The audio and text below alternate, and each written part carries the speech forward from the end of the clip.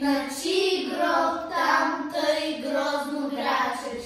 О, зная, плачеш, майко, за той, че си черно... Рубиня, за той, че твоя свещен глас, майко, е глас в безпомощ, глас в пустиня. Плачи там близо край град София, стърчи, аз видях черно висил.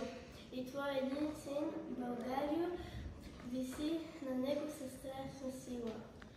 Гарва над грачи грозно зловещо, псета и вълци вият в полята. Старци се молят Богу горещо, жените плачат, пищят децата.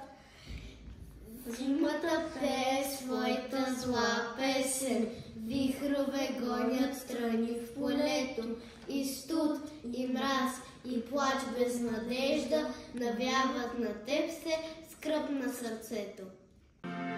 Живял ме